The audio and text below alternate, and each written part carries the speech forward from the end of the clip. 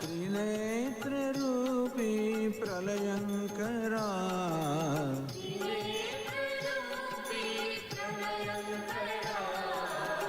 सामगान प्रिय परमेश्वरा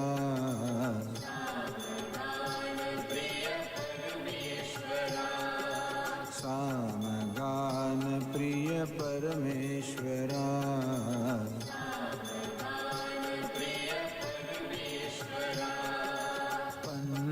पन्नगभूषण जगदीश्वरा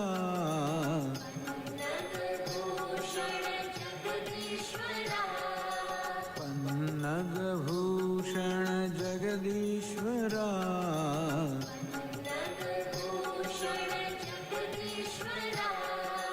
सामगान प्रिय परमेश्वरा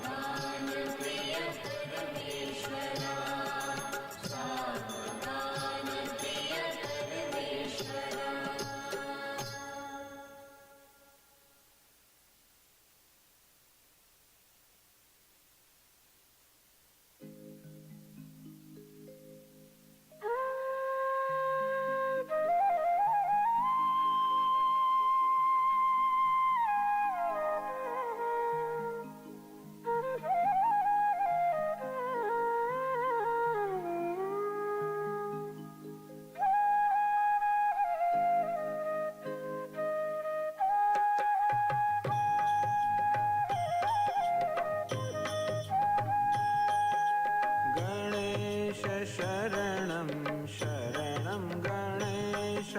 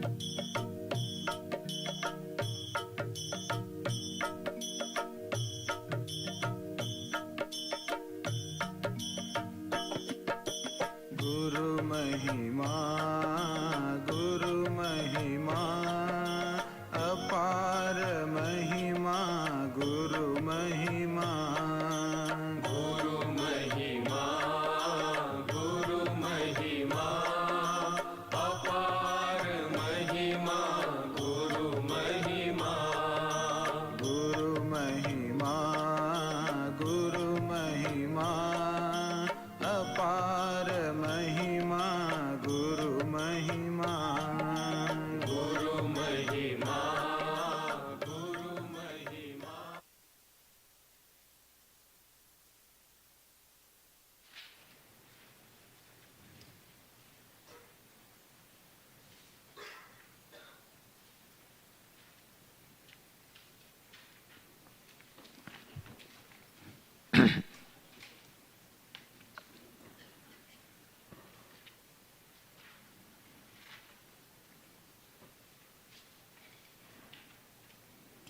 Om Sahana Bhavatu Sahano Bhunaktu Sahaviryam Karavavahai Tejasvinavadhitamastu ma Vidvishavahai.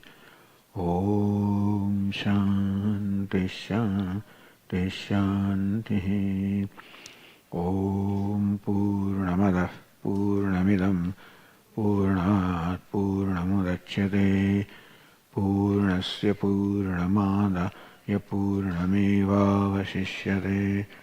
Om Shanti Shanti Shanti. Shruti Smriti Purananam Alayam Karunalayam Namami Bhagavat Padam Shankaram Loka Shankaram Shankaram Shankaracharyam Keshavam Badarayanam Sutra Bhashya Krutau Vande Bhagavantau Punah Punah Ishvaro Gururatmeti Murti Bheda Vibhagine Vyomavad Vyapta Dehaya Dakshinamurtaye Namaha. Om Parthaya Pratibodhitam Bhagavata Narayanena Swayam Vyasena Grasitam Purana Munina Madhye Mahabharatam Advaita Mritavarshinim Bhagavatim Ashtadashadhyayinim Ambatvamanusandathami Bhagavad Gite Bhavadveshine Yam Brahma Varunendra Rudra Marutaha Stunvanti Divyaistavaihi Vedai Sangha Padakramo Panishadaihi Gayanti Yam Samagaha Dhyanavasthita Tadgatena Manasa Pashyanti Yan Yoginaha Yasyantanna Vidussura Suraganaha Devaya Tasmai Namaha. Oh.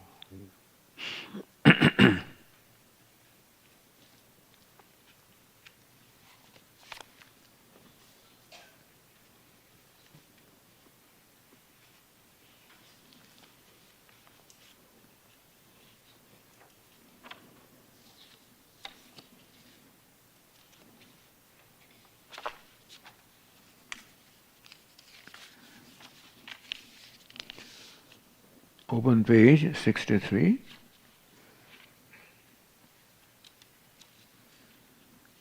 We just read the verses from 33, just to review what has already been done.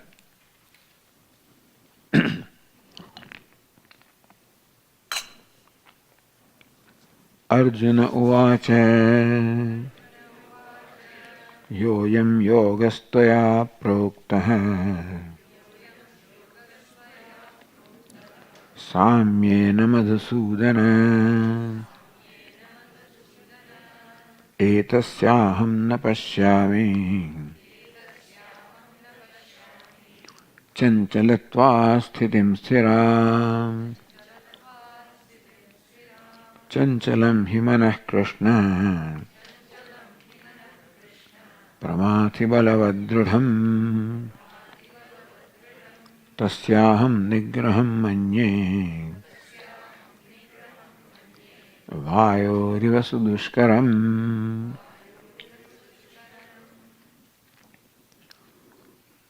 So Lord Krishna described the Samatva Yoga. Sarvabhutas samatmanam sarvabhutani chatmani ikshate yoga yuktatma. The yoga that Lord Krishna described is the yoga of knowledge, the vision of sameness. That in all these apparently outwardly dissimilar looking names and forms, to begin with, in all the beings, beginning from devatas all the way up to an ant, whatever living beings there are, the self dwelling in all of them is one and the same and non-dual. This is what Lord Krishna unfolded, taught. Sarvabhutastam atmanam sarvabhutani, all atma, the self that is equally there in all the beings. In order to see their self, what is required is that what we perceive at the level of sense organs is all dissimilarity, names and forms, each one is different from the other. In all these dissimilar names and forms, there is something that is same. For me to be able to see the same, I should become indifferent to the dissimilar. For example, for me to see that in these ornaments the gold is the same, so there is one chain, one bangle, and we are told that the gold is the Atma, the self of all the various ornaments. To see that gold, I shall become less indifferent to the name and form. Meaning that the name and form, the shape, name, form, use, all of that should become of inconsequence to me. And then only that gold which is really of consequence will be appreciated by me. So also for me to appreciate the self that equally abides in all the beings, but all the beings are different from each other. And still the one who abides in them is one. That means that I should be able to be indifferent as far as the form is concerned, name is concerned, costume is concerned. Is one Atma, one self that has assumed all the countless costumes and appears, my own self appears in all this way. This is what Lord Krishna taught.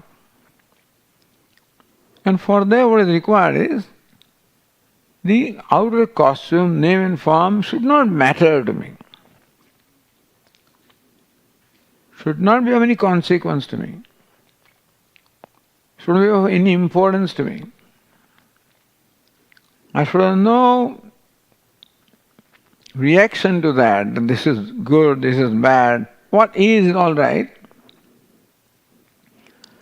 Then only I can make my mind shift. Even though my sense organs perceive what is dissimilar, what is required for me to shift my mind to something that is similar,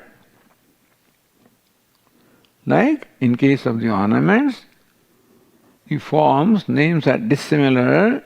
For me to see gold, I must shift my attention from the dissimilar to similar. For that some attitude is required. That this is a bangle, all right. A chain, all right. Earring, all right. Losing, all right. Good looking, all right. Not good looking, all right. Bad looking, all right. Likable, all right. Dislikable, all right. All of these, the outer names and forms of costumes. If I have no reaction towards them, I equally accept them. That they are all right as they are. I do not demand them to be different from what they are. This is called being objective to all of this. Then only I can shift my attention from the form and name to the content which is goal. Because name and form is not of any consequence to me at all. Whether it's beautiful, not beautiful, expensive, not expensive, it's mine, yours, none of these things matter at all. Then I can shift my attention from these outer names and forms to the content, which is the self. This is what Lord Krishna told Arjuna says, Samyena yoga. Lord, you taught me the yoga, this knowledge, this vision of samyam, that which is the same, equal, identical in all that is similar. For me to be able to appreciate that sama, I should become indifferent to what is vishama, meaning what is dissimilar. Oh Lord, I find it very difficult because mind so far has been giving importance to these names and forms and having either attachment, aversion, that relationship I have been having. Therefore, chanchalam, my mind is restless, is unsteady because it likes something and then shifts to something dislikes, that it has some opinion for each one of these things. It has some feeling about each one of these things. Some opinion, feeling, attachment, aversion for every name and form. So far I have been giving reality that this is what it is. Now I realize this is just a costume. But since these costumes, names and forms, the outer thing has been important to me, therefore I have developed those feelings called attachment, aversion, raga, dvesha. So Arjuna says that is raga, dvesha. Attachment pulls my mind this way. Aversion pulls it away from there. Attachments and aversions, likes and dislikes, pull my mind in different directions.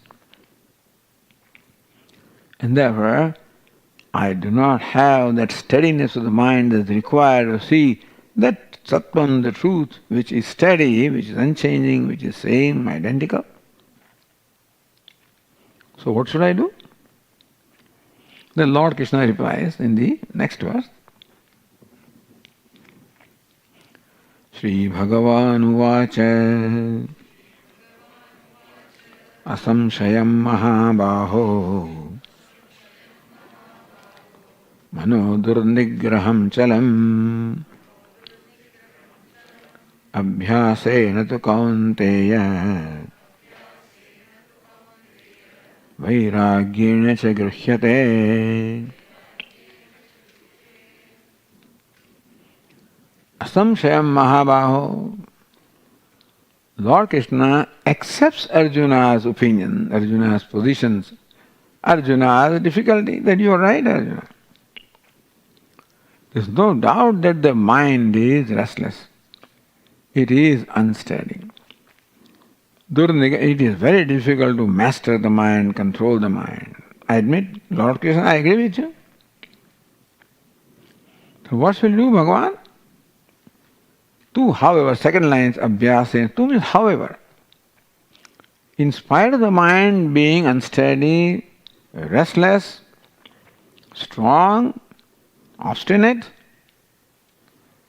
and also when these avegas, when these impulses arise, then they make my mind, body totally restless.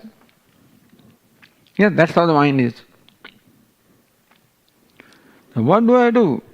And still too, however, even that mind also can be controlled.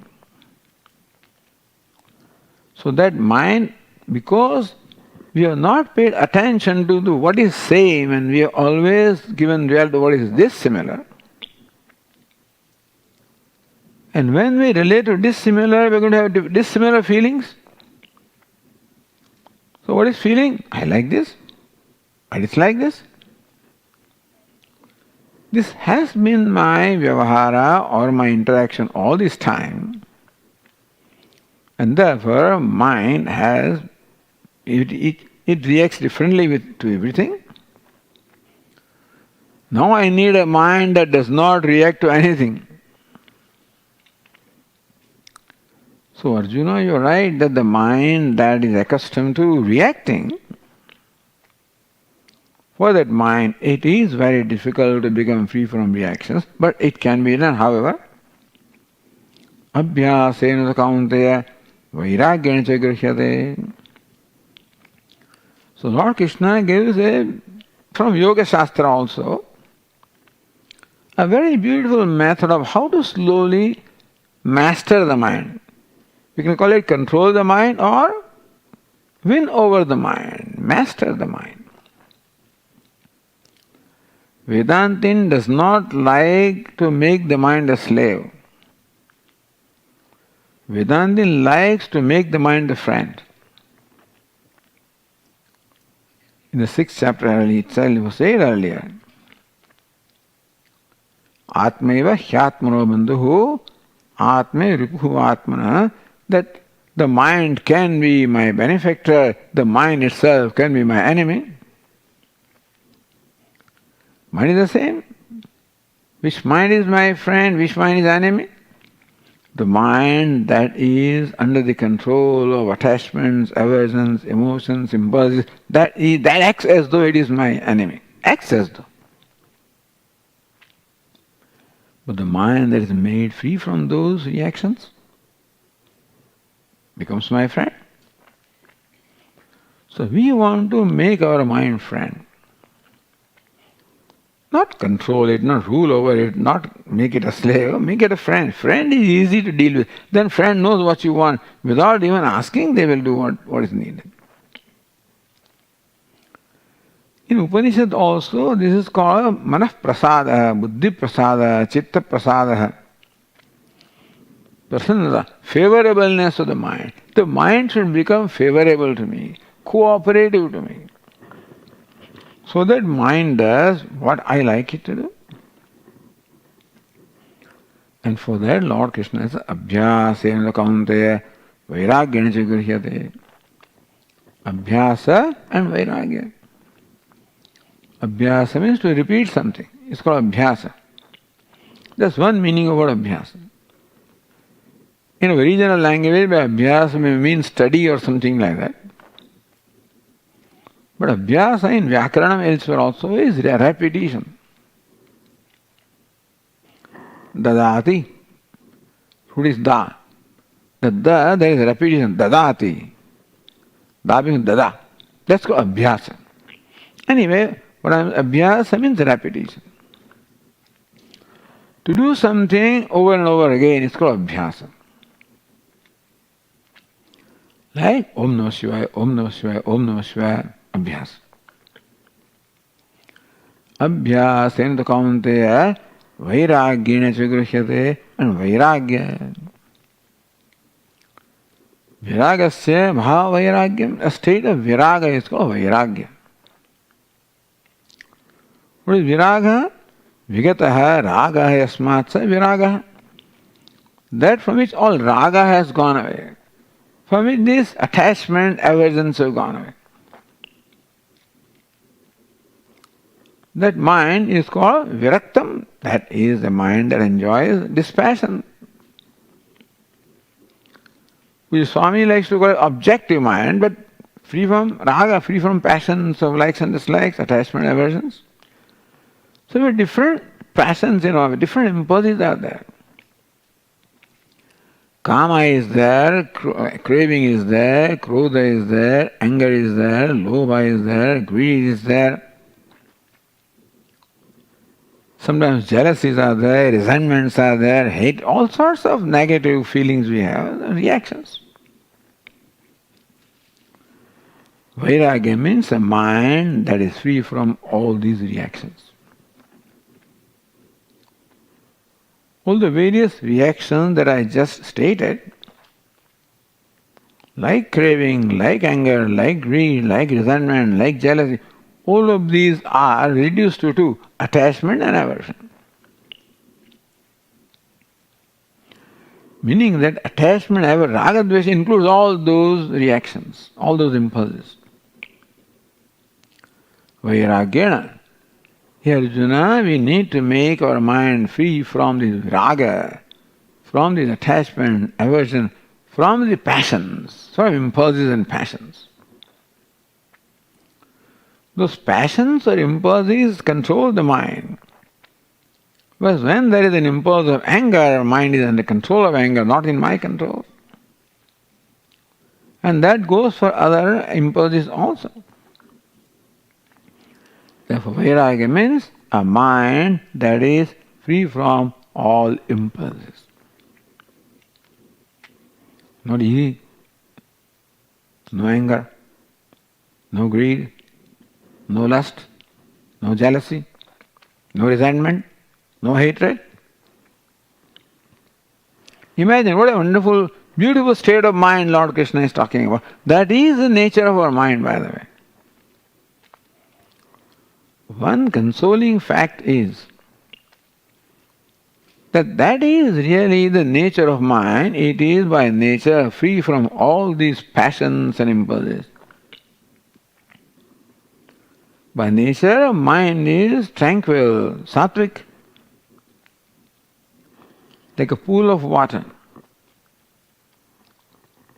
If that water is free from all impurities, there is no dirt, the surface of the water also is calm, then that body of water is transparent, meaning that you can see through and through, you can see the bottom of that pool. So also if the mind becomes like that, prasannam, swacham, prasannam, pleased, clean, and devoid of any ripples on the surface,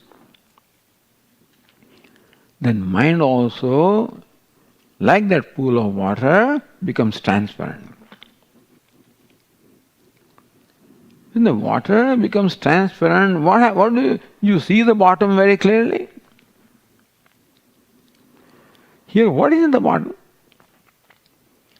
When we say mind clearly reveals the nature of bottom, what is that? It is Ananda, it is Atma. Atma or Ananda is at the bottom.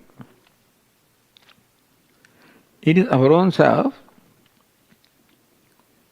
and really speaking, we should be experiencing Ananda all the time because of our nature.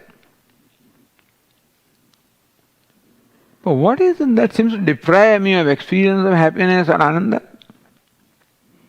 This mind,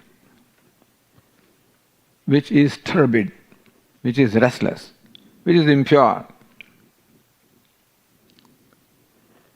That very mind can become the medium of experiencing Ananda when the mind becomes transparent. The same mind deprives me of the experience of Ananda when it is under the control of these impulses. And therefore, we need to completely transform that mind. Now that is sadhana. What takes time? Even after listening to Vedanta, understanding everything. I know Swami, I understand that Ananda is my nature, wholeness is my nature, I understand that. It makes sense to me. You are also essentially Ananda in that form. Essentially we are all one. I can appreciate that, see that fact when I am in my right mind. When again mind goes back to its old habits, old rut, then everything gets clouded. And therefore, along with the listening to the Vedanta, we also should be constantly striving to make that mind our friend, to make the mind clean, to make the mind pure, transparent. And the teaching all along has been for that purpose. The Karma Yoga, all of this is meant for that. At very right values and attitudes.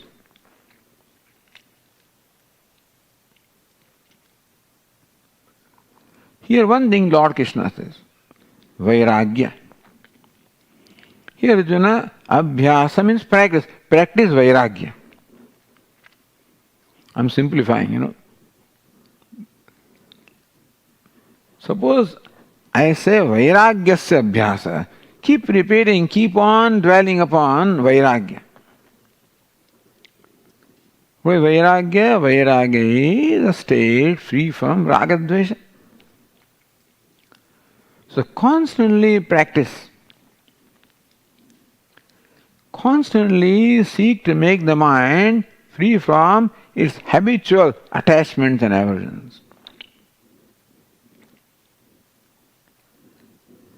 The reality is that what the world is, what the objects are fine as they are. But unfortunately, I have an opinion about everything. In my opinion, something is valuable to me. In my opinion, something is worthless. In my opinion, this is helpful, this is hurtful, this is likable, dislikable. This mind sees things whether it is there or not.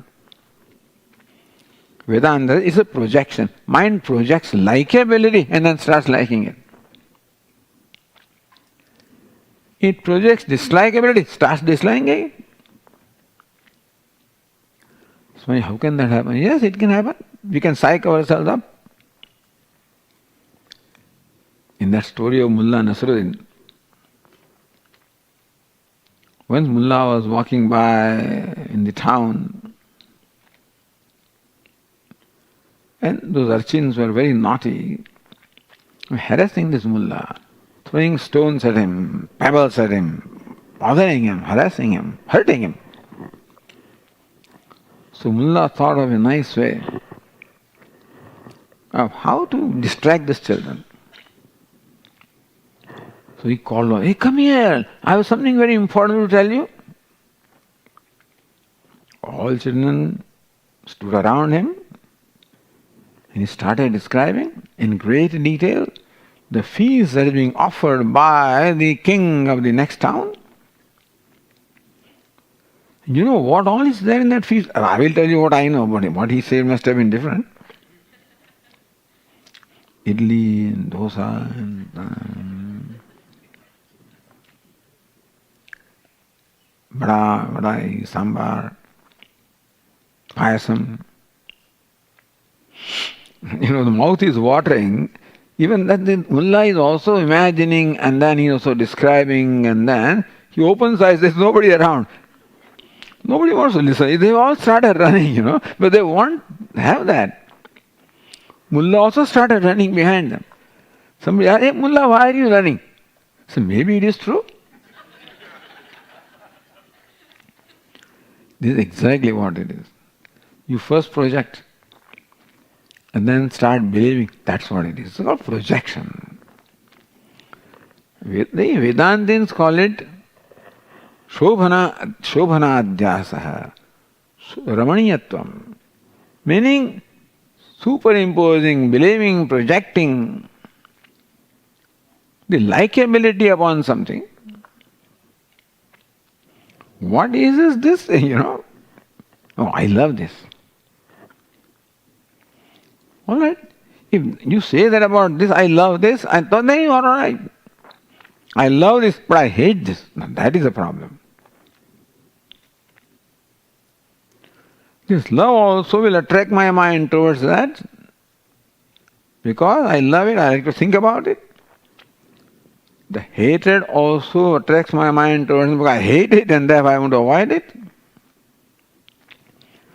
So our relationships with all things, essentially. Earlier Lord Krishna said, Indriyasya indriyasyate ragadvesho vyavastito. Lord Krishna said that we are all born with a tendency to relate with raga and dvesha, attachment and aversion. That we are born with that tendency. Meaning that the way we relate with anything is either with attachment or aversion. That's what our tendency is. Meaning that we do not interact with the way things are, we interact with what we think they are. We have perception, our own personal. And you see, I have my own likes and dislikes, you have your own. Meaning that we are in our own subjective world of attachment and aversion, of likes and dislikes. Each one has their own.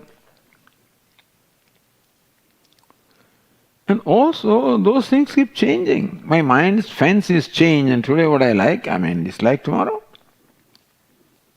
What I dislike today, I start liking tomorrow. These likes and dislikes also are shifting. And therefore, my mind does not see things as they are. My mind sees as if things they are.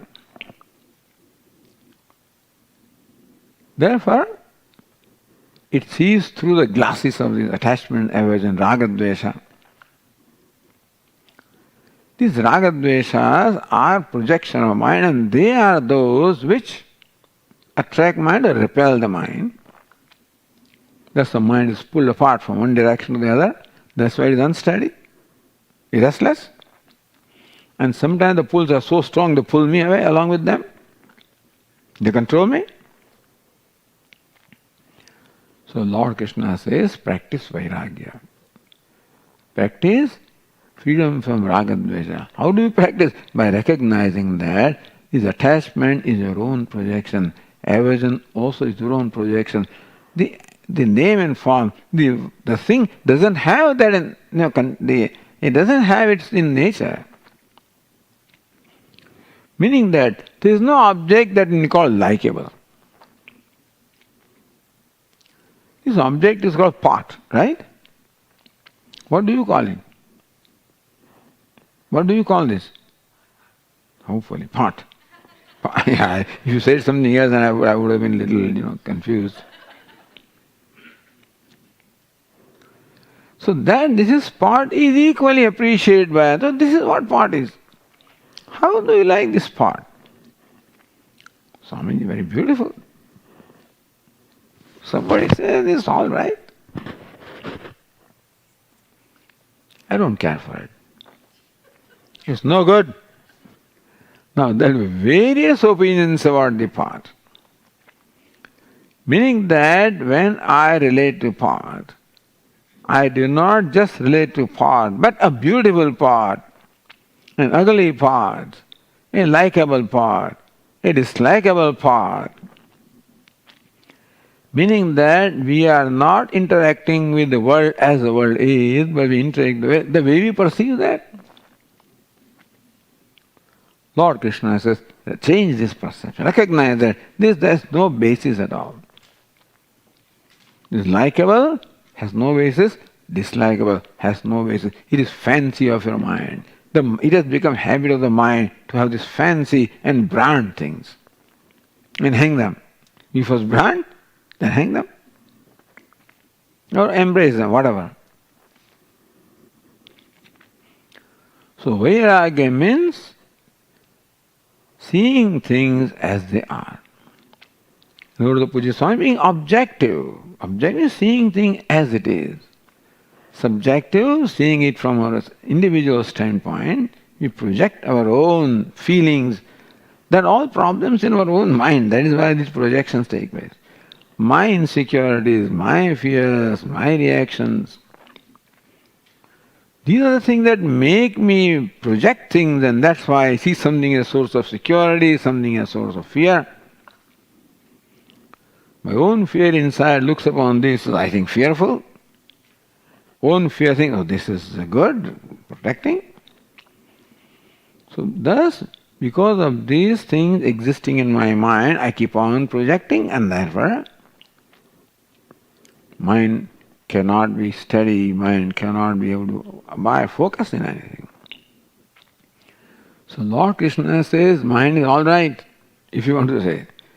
It is not the mind that is like this, it is this attachment, aversion, projection, that is what makes the mind restless. Nature of mind is not restless.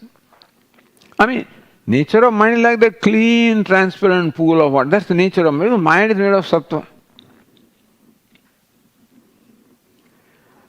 And this restlessness is called rajas and the impurity is called tamas. These are all intruders. These are incidental, not the nature of mind. Although right now it looks like my mind is like that. But even in my mind also, the restlessness that I find is not natural to the mind, is incidental to the mind. Therefore it can be removed. The impurity in what is incidental, therefore we can remove that. But inherent we cannot change. The coolness of water is what its nature is. Impurity is what? Is incidental. Intruders. Therefore we can remove them. So also all these impurities in mind. These attachments, aversions, and all of these are intruders. They are number one. They don't belong to mind. They don't belong to mind. They are unnatural. They are incidental. They are intruders, foreigners. Foreign is the wrong word, but intruders. And therefore our job is to get them out. That's called vairagya. Recognize every intruder. So recognize the mechanism, how I project it. Because if one thing is likable, everybody should like it. That's not so. Therefore, that this likable is my subjective viewpoint. Dislikable, subjective viewpoint. I hate it, subjective viewpoint. I love it, I'm attached, love is attached to it, subjective viewpoint. So first of all, let us observe the mind before doing anything. Let us understand our mind. Let us understand the difficulty of mind. Don't start fighting with the mind. Mind has little difficulty. And the difficulty is because I have not paid attention to my mind and allowed these things to keep on accumulating, and that is how they are controlling the mind. Therefore, let us be sympathetic to the mind. Let us recognize that this projection has become a habit. And it is true that it is rather difficult to remove the habit. That's why abhyasa is required. Why has it become habit? Because mind has repeatedly thought in that manner with attachment, aversion, that is why they have become habit of the mind. Therefore I should practice opposite habit, you follow? When I recognize that the attachment is a result of my projection, then I practice and try to see things as it is.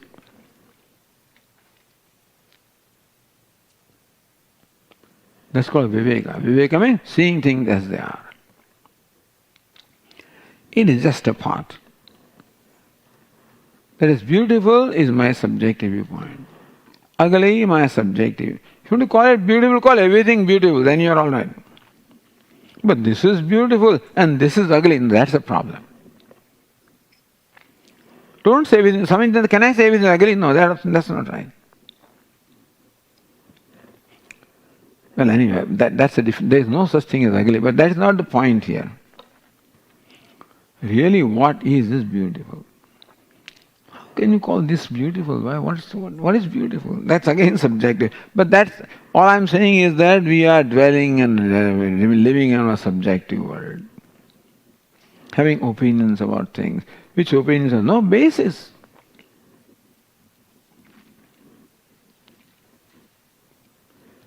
So understanding the mind.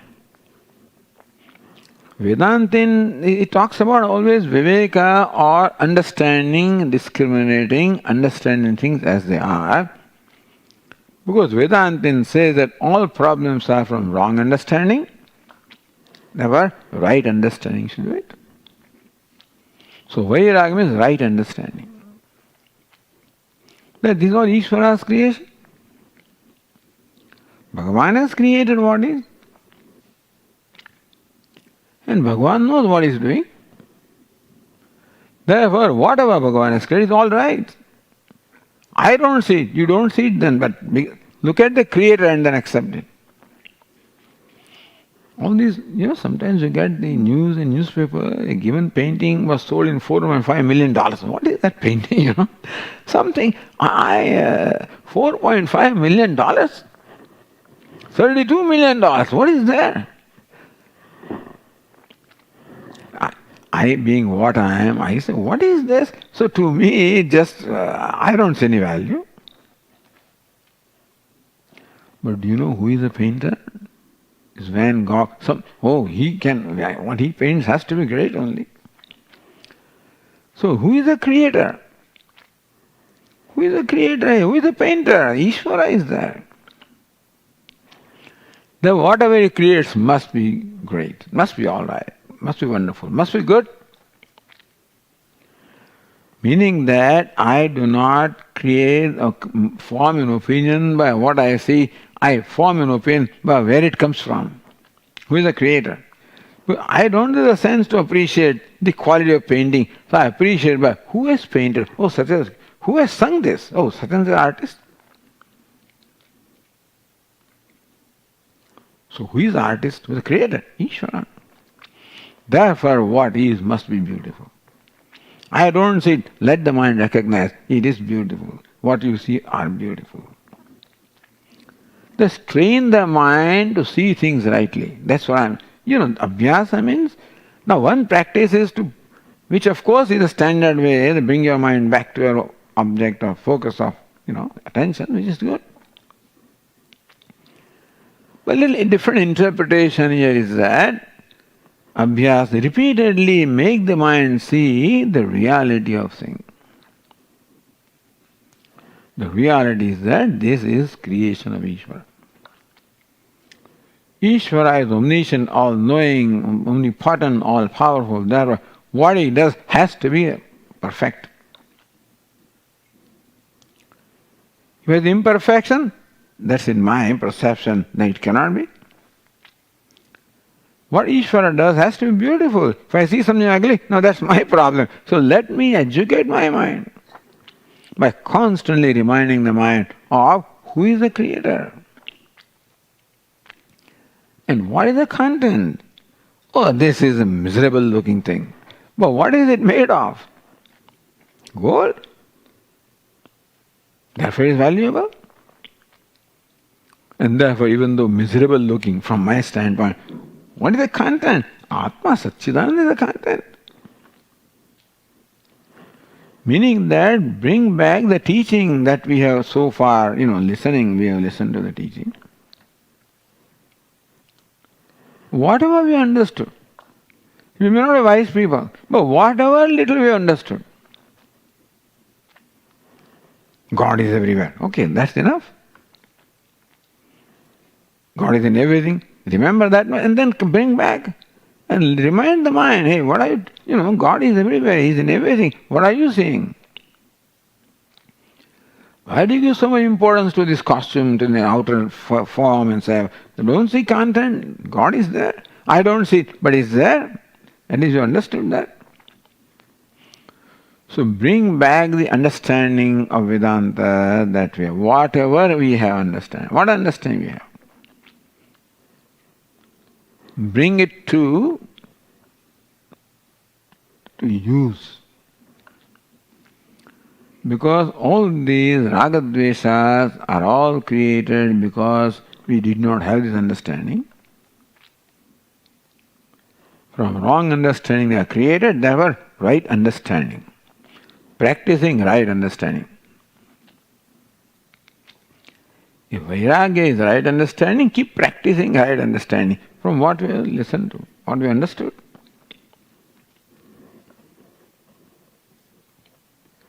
Abhyasam kaunteya vairagyan cha gruhyate. So all raga dveshas are result of a wrong understanding, projection, and therefore I make my mind free from the raga dvesha by bringing into practice the right understanding. Viveka, vairagya. Vairagya, result of viveka, right understanding. Abhyasena kaunteya vairagya gruhyate.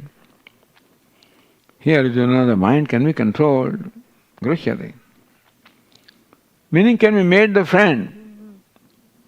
Because mind has difficulty. Let us help the mind to become free from that difficulty. Don't look upon mind as a problem or as an enemy. It has a difficulty. What's the difficulty? The ignorance has caused all kinds of misconceptions. That is why mind is like this. You see a person, oh, he's a criminal. All right, but then what is the reason? Look at the upbringing. Where was this person born? What kind of upbringing it had? What kind of childhood it had? And that will explain perhaps why the person is what it is. Before dismissing. Similarly, with mind also, a sympathetic understanding. Oh, why mind behaves like this? Because of these difficulties.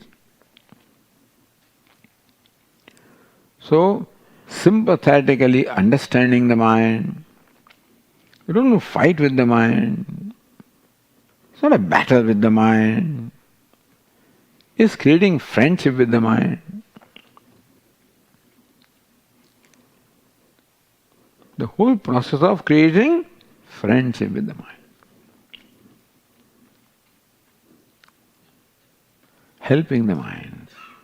Understanding the difficulty the mind has. Why raga is there? Why attachment is there? Why aversion is there? Because of this projection, because of this, imagination. Thus Lord Krishna says that, Arjuna, you are right, that as you find your mind to be, it is difficult to control, but at the same time, with abhyasa and vairagya, you can certainly control it. To come back to the conventional meaning of abhyasa vairagya, abhyasa means, in reference to meditation, focusing attention on the object of meditation. That can be a mantra, Om Namah Shivaya, Sri Krishna Shranam, Sri Ram Jai Ram, Jai Jai Ram, whatever mantra is. And when I'm chanting that mantra in my mind runs away. Bring it back. Runs away. Bring it back. Why does the mind run away? Because it finds something attractive there, therefore it runs away. What do? Let the mind see, hey, attractiveness is not there, it's in your kalpana, it's not there, it's not the nature of that entity. Or mind hates something, therefore also it goes away. Let the mind see that hatefulness is not in that thing, it is your projection. This is called vairagya. And bring the mind back. Om Namah Shivaya. Om Namah Shivaya. Again runs away. Runs away because why does it go somewhere? Either because there is attachment there or aversion. Understand why should mind go someplace? Why does it not stay where I want it to be? First thing is because it is not interested in what I want it to do. Oh, Namah Shivaya.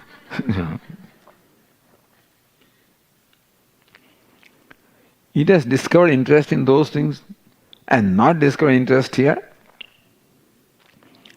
Therefore, we should also discover a rasa or interest in what we want the mind to focus attention on.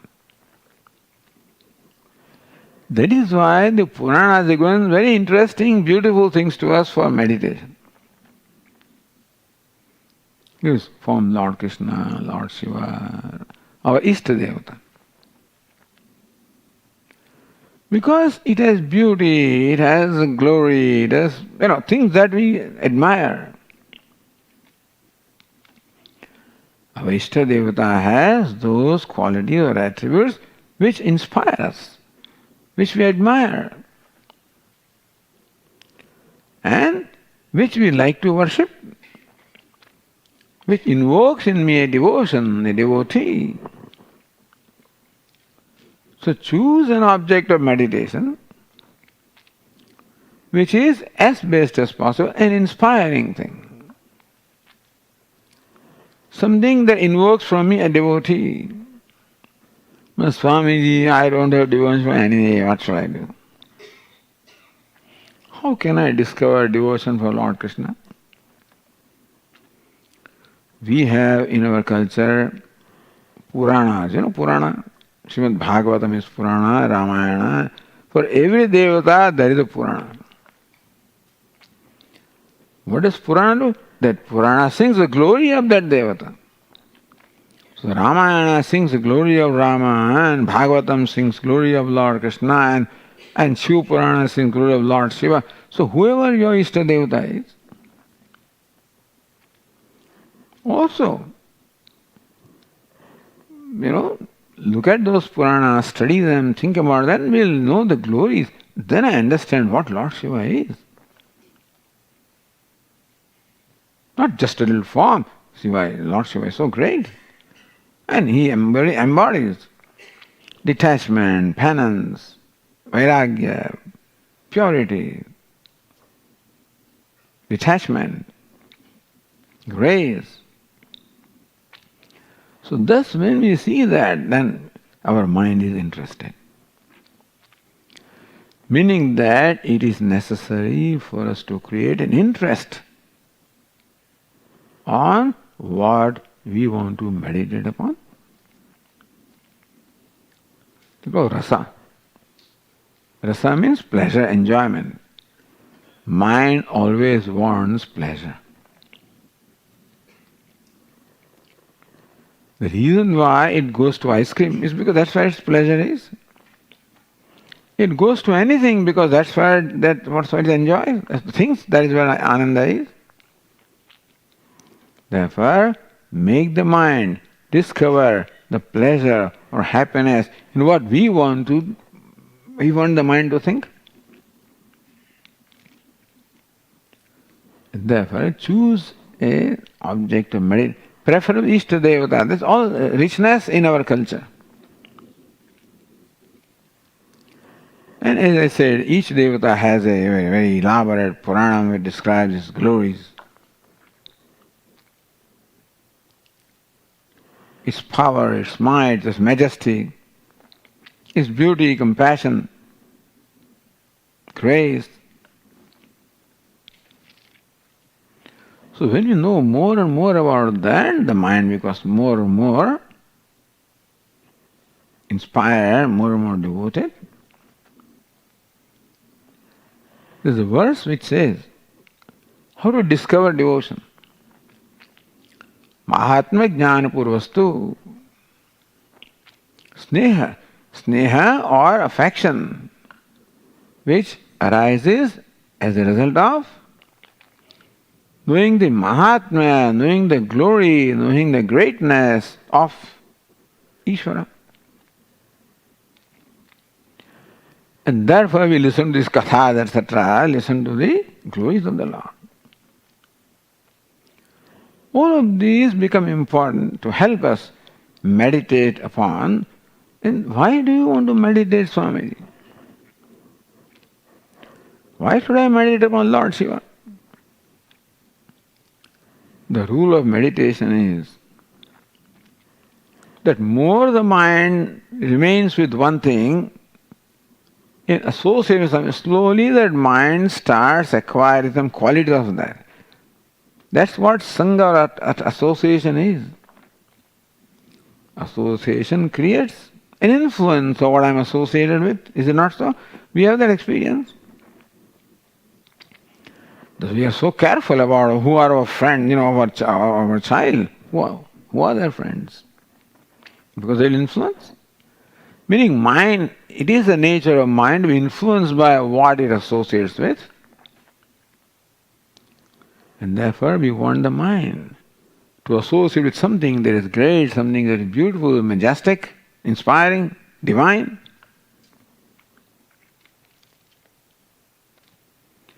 More the mind thinks of that, more transformation happens in the mind.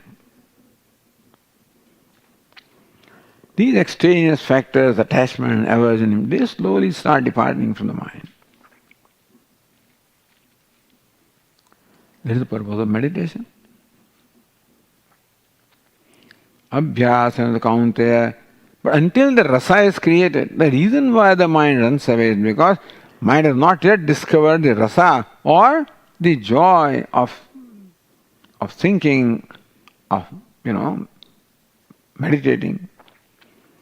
The joy of that object of meditation is mind has not yet discovered. More it discovers, more it wants to be with that. Sudrudaha sarvatodhikaha.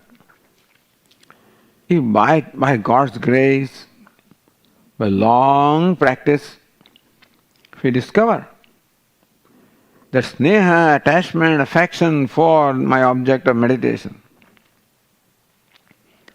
sudrudaha, which is firm, sarvatodhikaha, which is greater than anywhere else I have the affection, that is called bhakti. So thus, the purpose of meditation here is to discover the devotion for what I want to meditate upon, discover the joy of what I am meditating upon. As the mind discovers, it itself will want to go there. And when that attachment becomes more than attachment anywhere else, it's not overnight, by the way. Abhyasa kaunte vairagyancha gruhyate. Then mind cooperates with me. Mind also wants to think about that. Mind also wants to meditate upon that. When we find mind cooperating with us, that's a great victory. It's not victory over mind or something like that. It is making the mind a friend, because this is what mind loves. And they are helping the mind to discover the love for something that is worthwhile. Abhyasa kaunteya vairagyancha gruhyate. By abhyasa, by repeatedly bringing the mind back to its object of meditation, and by detaching the mind from there, let the mind see, hey, why is it running there? What is there? Oh, the thing, you think that this is some joy there, it's not there. Bring the mind, bring the viveka back, that there is no inherent joy anywhere, it's a projection. There is no inherent in the ugliness, there is also projection. Bring the mind back. So there is also abhyasa of vairagya. Constantly let the mind see the nature of where it is running away, and then let it recognize it's not worth it. What you want to meditate upon is a really worthwhile thing. So this is the practice that Yoga Shastra teaches. And that's what Lord Krishna brings about and concludes the discussion in the next verse. Asanyataatmana yogaha dushprapa iti me matihi vashyatmana tu yatata shakyo vaptum upayatah.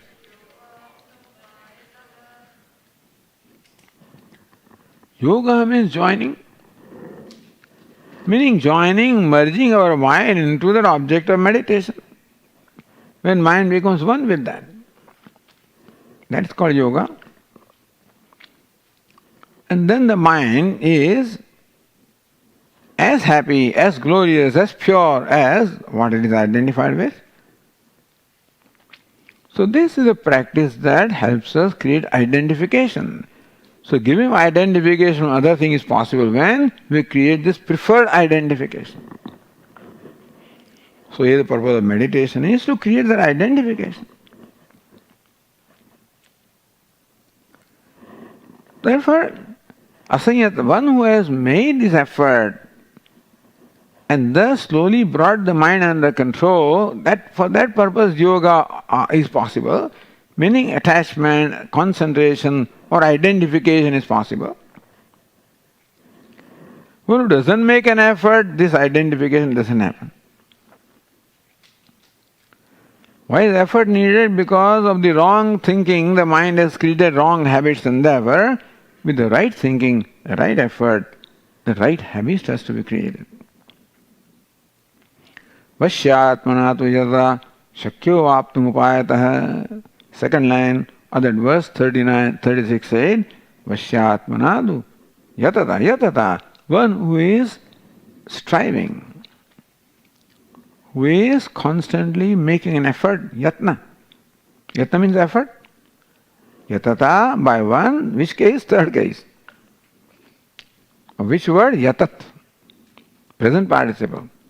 So by the one who is constantly making an effort, striving. Upayatah, not just striving, upayatah. By the method that we just said, that method which is based on our understanding that Vedanta teaches. Shakya vaptum upayatah. It is possible that the yoga, that identification with my object of meditation is possible. Because right now mind has identification with all sorts of things which is all derived from wrong understanding and wrong habit. Therefore right understanding and right habit is what Lord Krishna teaches here to create right identification. But Swami, you are talking about giving identification, creating, yes, to give wrong identification, create the right identification, and then you grow out of that also. First, create the desirable identification, and then we'll grow out of that also. Because it is a nature, a habit of the mind to identify, use that habit. It identifies millions of things without any reason, just habitually. Therefore, create a new identification. Something identification that it likes, that it enjoys. Then it will give up those other identifications. Yoga. Vashyatmana tu yata shakyo avaptum upayatah. By this upaya, by this method, which is based on the nature of reality, based on nature of mind also. What mind is right now is not its natural state. Natural state of mind is that it is tranquil by nature, transparent by nature. So we don't give reality to this restlessness and ragadveshas. They are intruders. The reality's mind is calm, peaceful, loving by nature.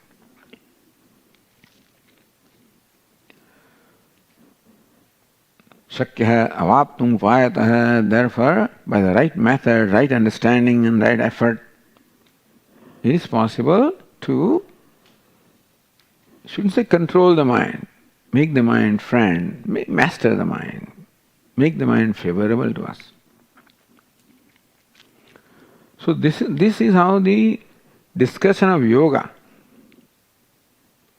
meditation in this chapter is complete. And this is where chapter should have also concluded. For some reason Arjuna asks a very strange question. And that's how the discussion continues for a few more verses. We'll take a break for a few minutes, 20 minutes, come back at 11:30 and continue our discussion.